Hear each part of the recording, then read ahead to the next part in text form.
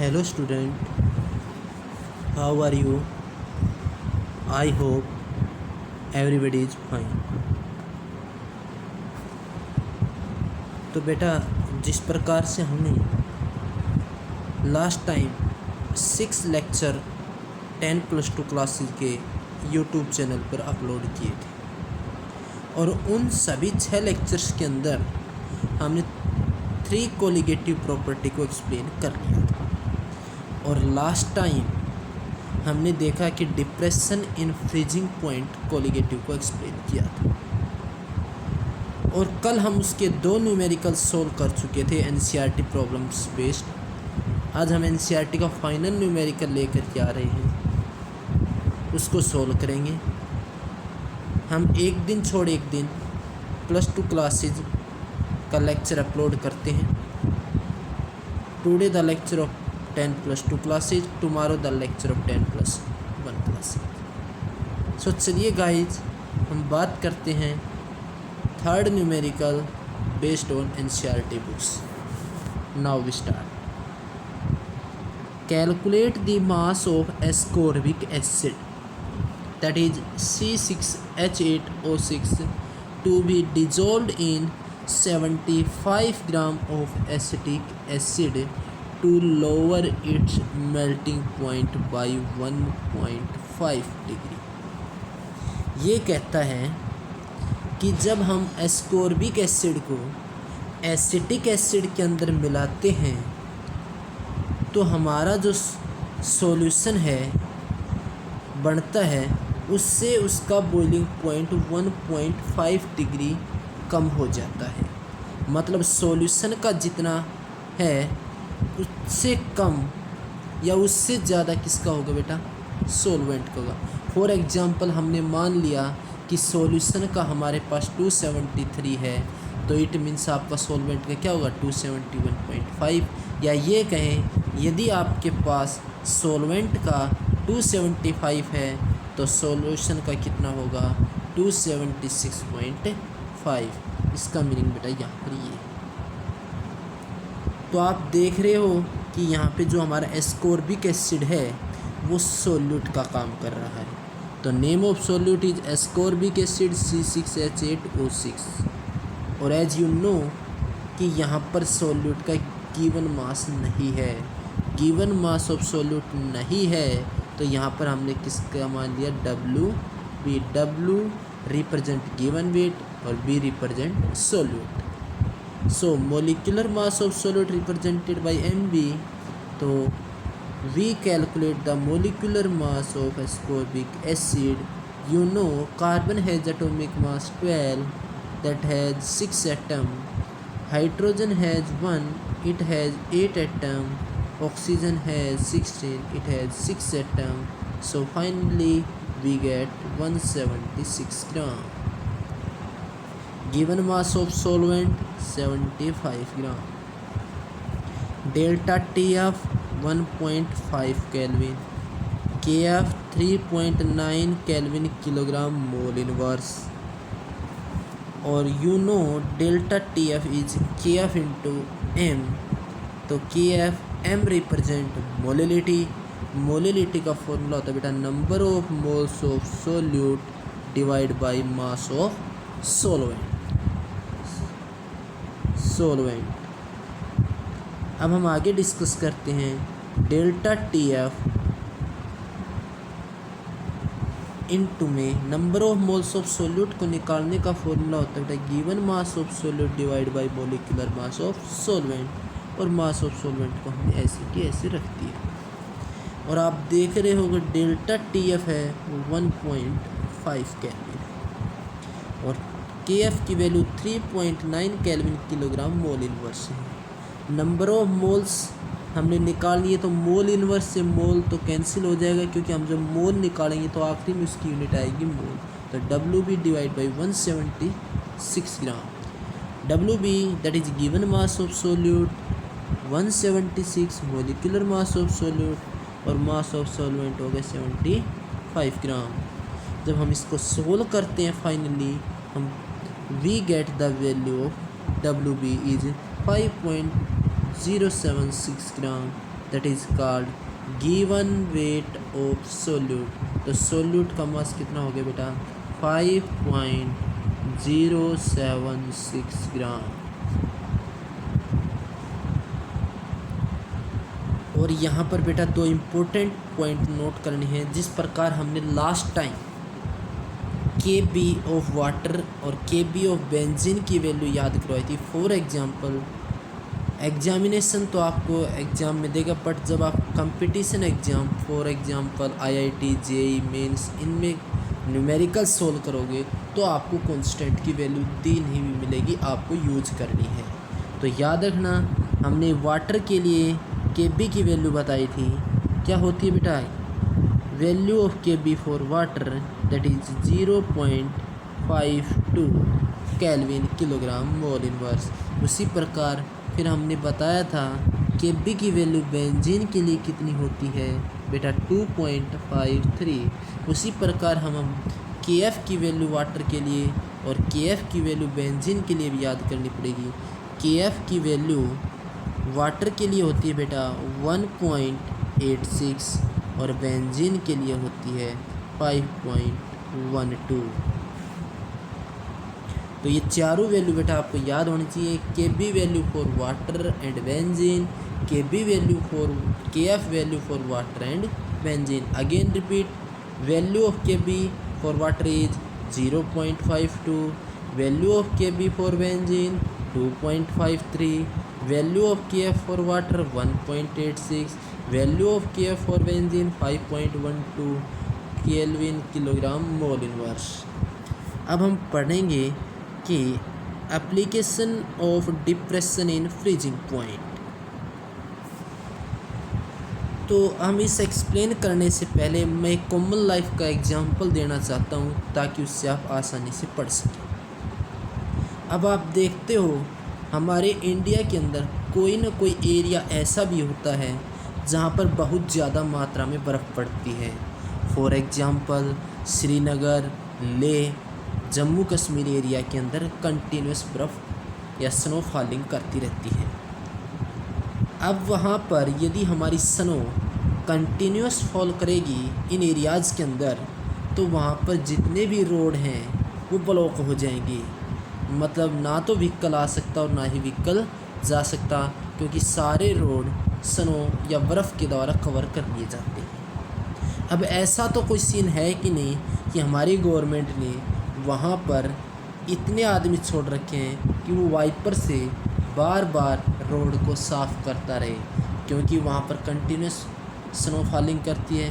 तब क्या करती है हमारी गवर्नमेंट, वहाँ पर जहाँ पर स्नो फॉलिंग कर रही है वहाँ पर साल्ट NaCl या कैल्शियम क्लोराइड का अडोप्ट कर देती है। जैसे वो वहाँ पर पुटअप करती है साल्ट और कैल्शियम क्लोराइड, तो वो क्या करते हैं, वो बर्फ़ के फ्रीजिंग पॉइंट को कम कर देते हैं।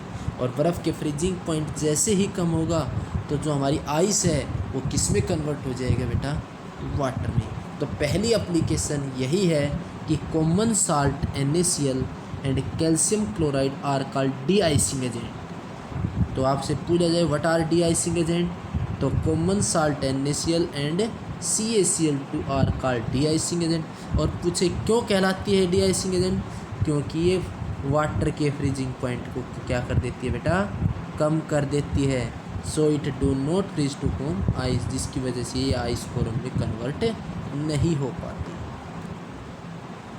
क्लियर, यस और नो। सो चलिए नेक्स्ट पॉइंट के अंदर एक और एग्जांपल सबसे एप्लीकेशन के रूप में हम पढ़ लें।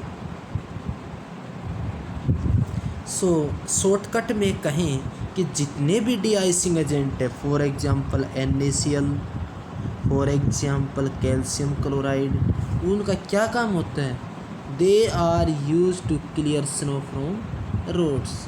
रोड्स के ऊपर जितनी भी स्नो होती है उसको क्लियर करने के लिए हम इसका यूज करते हैं। एक एग्जांपल और भी देखते हैं। अब देखते हो श्रीनगर के अंदर या लेह के अंदर हमारा जो टेम्परेचर है वो कभी कभी 0 डिग्री सेंटीग्रेड से भी नीचे चला जाता है। और अगर हमारा 0 डिग्री सेंटीग्रेड से नीचे चला जाता है तो वहाँ पर हम जितने भी व्हीकल हैं चाहे वो ट्रक हो या बसेज हो या अन्य टाइप्स के जो व्हीकल हैं उनके अंदर रेडिएटर होता है। फॉर एग्जांपल हम कार की बात करें, अगर कार के अंदर रेडिएटर है और रेडिएटर के अंदर बेटा पानी डलता है, अब क्या होगा यदि वहाँ पर हमारा टेम्परेचर 0 डिग्री से नीचे चला गया तो रेडिएटर के अंदर जो हमारा वाटर है वो फ्रीज कर जाएगा, और जब तक वाटर फ्रीज फॉर्म में होगा तो हमारा व्हीकल आसानी से चल नहीं पाएगा, और जब तक हमारा व्हीकल चल नहीं पाएगा तो हम वेट करेंगे। तो इससे अच्छा वहाँ पर तो कंटिन्यूस बर्फ़ फॉलिंग करती है, अगर वहाँ पे कंटिन्यूस बर्फ़ फॉलिंग करती है तो ऐसा क्या डाला जाए उस रेडिएटर के अंदर ताकि वो फ्रीजिज फॉर्म से हट करके लिक्विड फॉर्म में आ जाए। तो क्या करते हैं, कार रेडिएटर के अंदर हम इथाइलिन ग्लाइकोल डाल देते हैं। इथाइलिन ग्लाइकोल C2H6O2 जो एंटी फ्रीज का काम करता है। इसका काम होता है रेडिएटर के अंदर जो हमने पानी डाला था उसकी जो आइस बन गई, उस आइस को पिघाड़ने के लिए हम किसका यूज़ करते हैं बेटा, इथाइलिन ग्लाइकोल। इट मीन्स ये किसका काम करता है, एंटी फ्रीज, और एंटी फ्रीज का काम होता है जो जमने नहीं देता। तो यहाँ पर पूछ लिया जाए, ये क्वेश्चन पूछा हुआ भी है कंपटीशन एग्जाम में कि कार रेडिएटर के अंदर यदि हमारा वाटर फ्रीज कर जाए तो वहाँ पर एंटी फ्रीज सॉल्यूशन कौन सा काम करता है, तो that is ethylene glycol C2H6O2।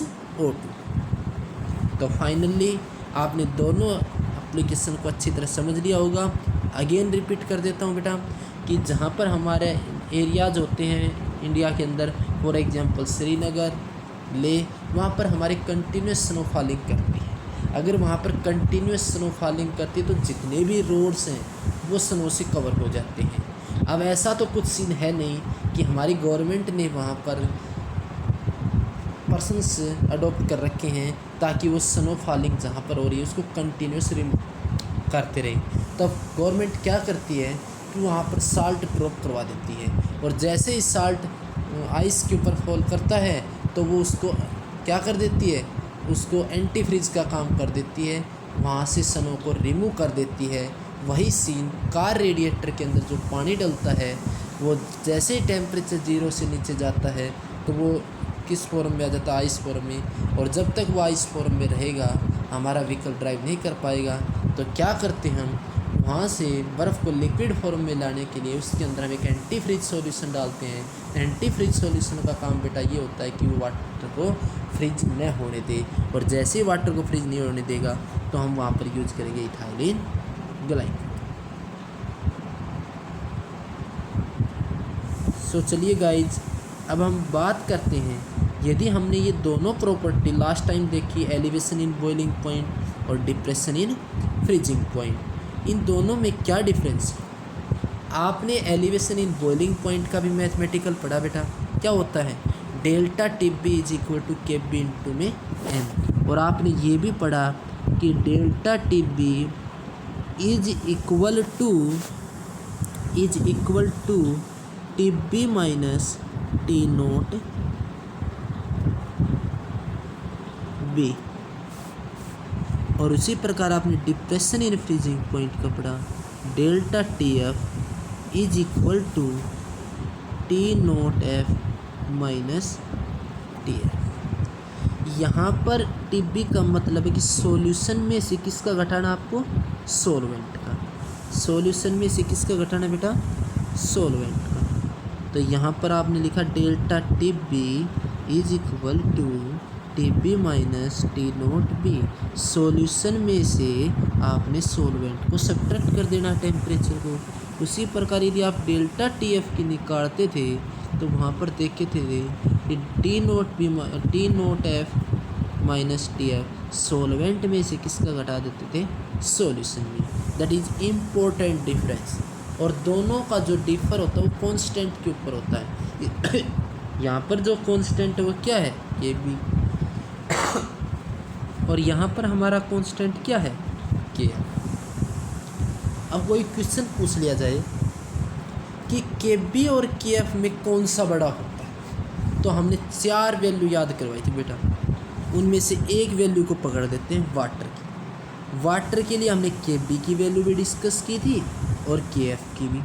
Water के लिए Kb की वैल्यू क्या होती है 0.52 केल्विन किलोग्राम मोल इनवर्स, और Kf की क्या होती है 1.86 केल्विन किलोग्राम मोल इनवर्स। आप इसमें देख रहे हो कि Kf की वैल्यू बहुत बड़ी है किससे एज कम्पेयर टू Kb। तो ये इंपॉर्टेंट पॉइंट याद रखना कि Kf की वैल्यू हमेशा बड़ी होती है किससे बेटा Kb की। एक अनदर एग्जाम्पल लेकर के हम इसको ट्राई करते हैं अगेन चेक करने की, तो दैट इज बेंजीन। तो बेंजीन के अंदर भी आपने 2 वैल्यू पढ़ी है बेटा, पढ़ी है क्या, बेंजीन की Kb वैल्यू भी होती है और Kf, और Kb वैल्यू बेंजीन कितनी थी 2.53 केल्विन किलोग्राम मोल इनवर्स, और Kf की क्या थी 5.12 केल्विन किलोग्राम मोल इनवर्स। आप यहाँ पे सीन देख रहे हो कि Kf की वैल्यू अगेन बड़ी हो गई किससे Kb। तो ये पॉइंट याद रखना कि constant of Kf have always greater value than Kb। हमने ये इम्पोर्टेंट रिलेशन को चेक करने के लिए दोनों के बीच में डिफरेंस क्रिएट किया था। तो चलिए गाइज, हमने तीनों कोलिगेटिव प्रॉपर्टी को ख़त्म कर लिया है। अब इस यूनिट के अंदर हमारे 2 टॉपिक्स पढ़ते हैं, एक तो कोलिगेटिव प्रॉपर्टी ऑस्मोटिक प्रेशर, और एक हमारी अलग से टॉपिक बचता है वांट ऑफ फैक्टर। तो आज हम वीडियो कंप्लीट होने से पहले एक स्टडी कर लेते हैं वांट ऑफ फैक्टर की। तो चलिए गाइज, अब चेक करते हैं कि वांट ऑफ फैक्टर क्या होता है। वांट ऑफ फैक्टर क्या होता है? वांट ऑफ फैक्टर को एक्सप्लेन करने से पहले हम आपको बता दें कि आपने इतना तो पढ़ा होगा इस सॉल्यूशन यूनिट के अंदर कि जो हमारी कोलिगेटिव प्रॉपर्टी होती है वो किसके डायरेक्टली प्रोपोर्शनल होती है, number of moles of solute. तभी तो कहते थे जो property number of moles of solute पे डिपेंड करे वो क्या कहलाती है, कोलिगेटिव प्रॉपर्टी। अब मोल्स को आप किस में कन्वर्ट कर सकते हैं, क्वांटिटी में भी कन्वर्ट कर सकते हैं, क्योंकि आपने 11th क्लास में पढ़ा है कि 1 मोल के अंदर कितने एटम होते हैं 6.022 इंटू 10⁻23। या मोल्स कहें, कोलिगेटिव प्रॉपर्टी किसके ऊपर डिपेंड करती है, number of moles of solute, और मोल्स को हम किस में चेंज कर देते हैं, क्वांटिटी में। क्वांटिटी की वैल्यू बता दी है 6.022 इंटू 10⁻23। तो यहाँ पर क्या है बेटा, फिर देख लो कि कोलिगेटिव जो प्रॉपर्टी होती है वो हमारी डायरेक्टली प्रोपोर्शनल होती है number of moles of solute की।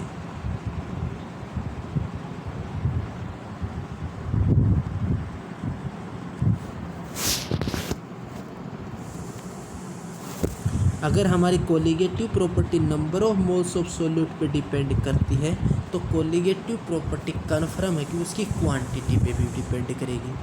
अब हम यहाँ पर ये देखना चाहते हैं कि वांट ऑफ फैक्टर है क्या। तो चलिए आज हम वांट ऑफ फैक्टर को डेफिनेशन को समझने से पहले उसकी कुछ एग्जांपल्स लेते हैं ताकि आपको डेफिनेशन क्लियर हो जाए। तो यहाँ पर बेटा आपको 2 बिकर दिखाई दे रहे हैं, श्योर। और जैसे ही आपको यहाँ पर 2 बिकर दिखाई दे रहे हैं, आप देख रहे हो किसके अंदर हमने क्या लिया, लिक्विड, और क्या कौन काम कर रहा है यहाँ पर, वाटर। दोनों के अंदर हमने जो रेड लाइन रिप्रेजेंट की है वो लिक्विड को रिप्रेजेंट करती है, और लिक्विड क्या हमारा।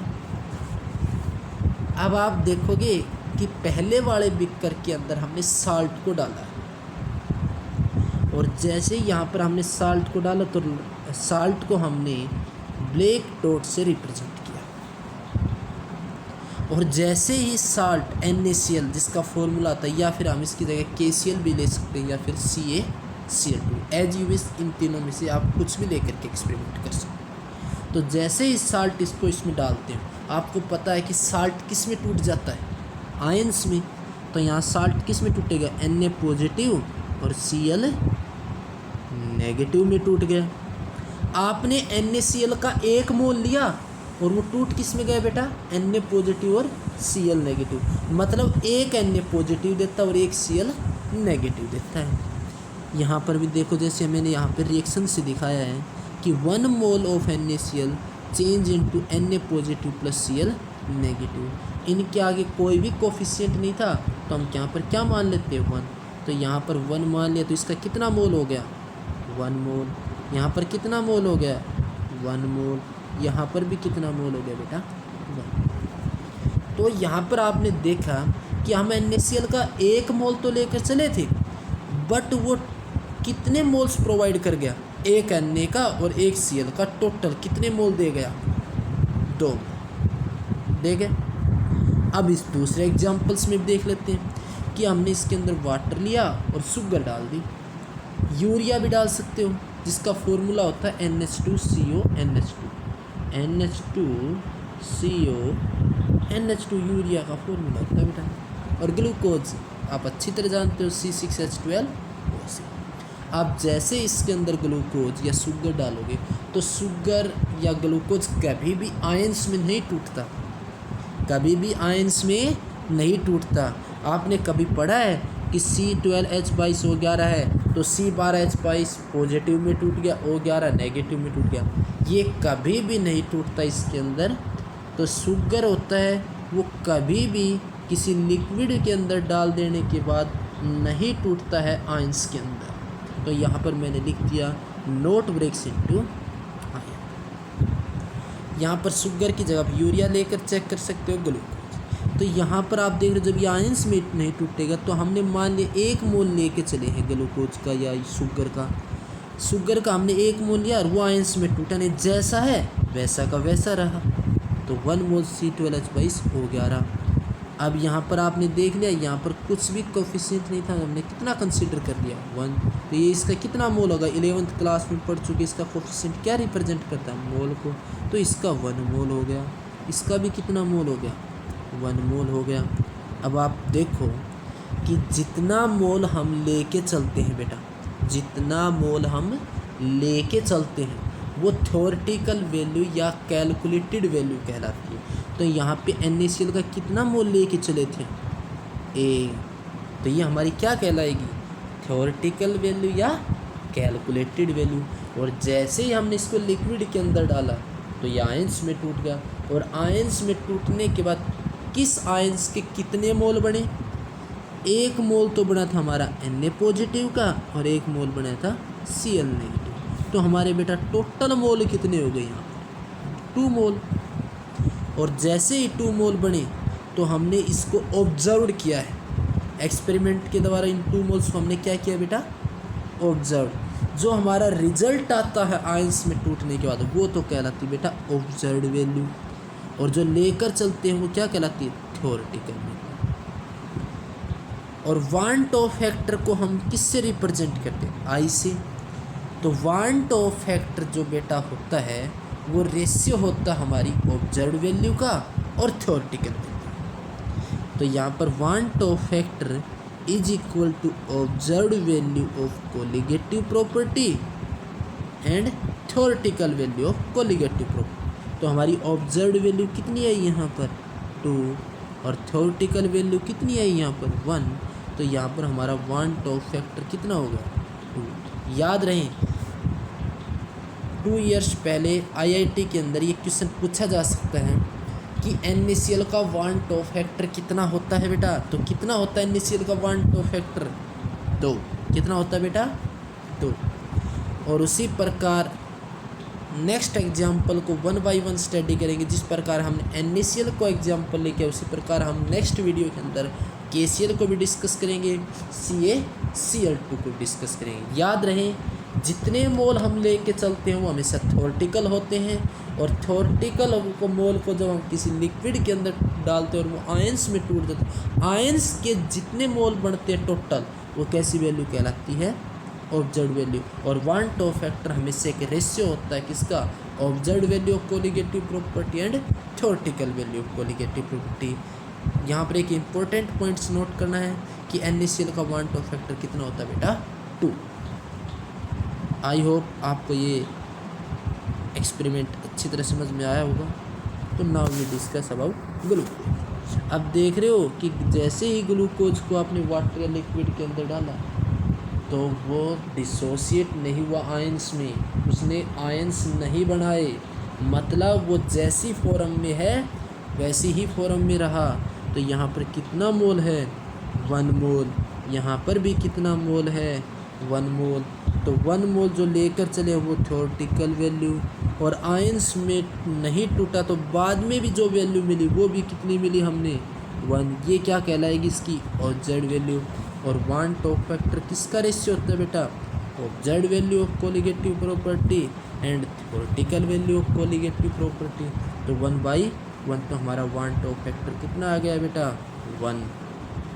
तो यहाँ पर हमने बेटा ये रिजल्ट निकाल दिया कि जब हमारी वन टॉप फैक्टर की वैल्यू 1 आई, जब हमारी वन टॉप फैक्टर की वैल्यू 1 आई तो वो आयंस में ही नहीं टूटा, मतलब ना तो एसोसिएट हुआ, आयंस आपस में जुड़े, और ना ही आयंस आपस में अलग हुए।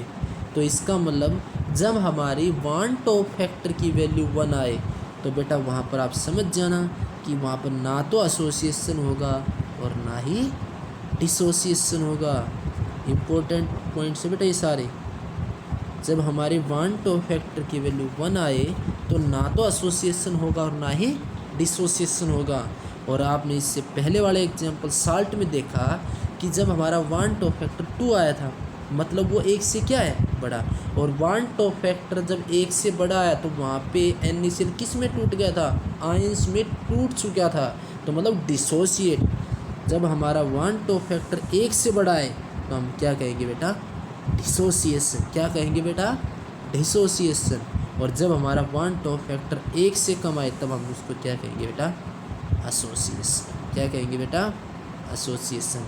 तो कोई आपसे ये पूछे कि वन टॉप फैक्टर क्या होता है बेटा, तो वन टॉप फैक्टर एक रेशियो होता है बेटा किसका, observed value of colligative property and theoretical value of colligative property.